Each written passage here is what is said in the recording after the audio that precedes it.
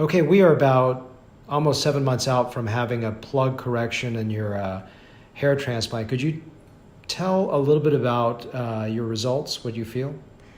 Well, nothing really was happening, it seemed, for the first 3 months or so, and then all of a sudden I noticed a dramatic change, like overnight, and I started noticing a volumizing wave to my hair, especially if I look down from the top. And it still seemed to be happening and still seems to be going on. You had plugs done back in the 80s? In the early 70s. Early 70s, okay. I think it was even by Orange Right back in San Francisco. Okay, so a long time ago. Long time. What do you think about the results now?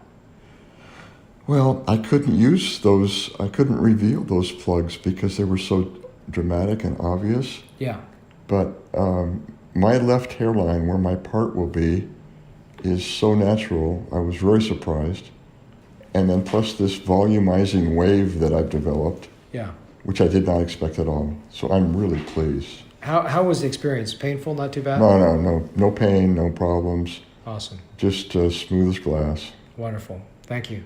You bet.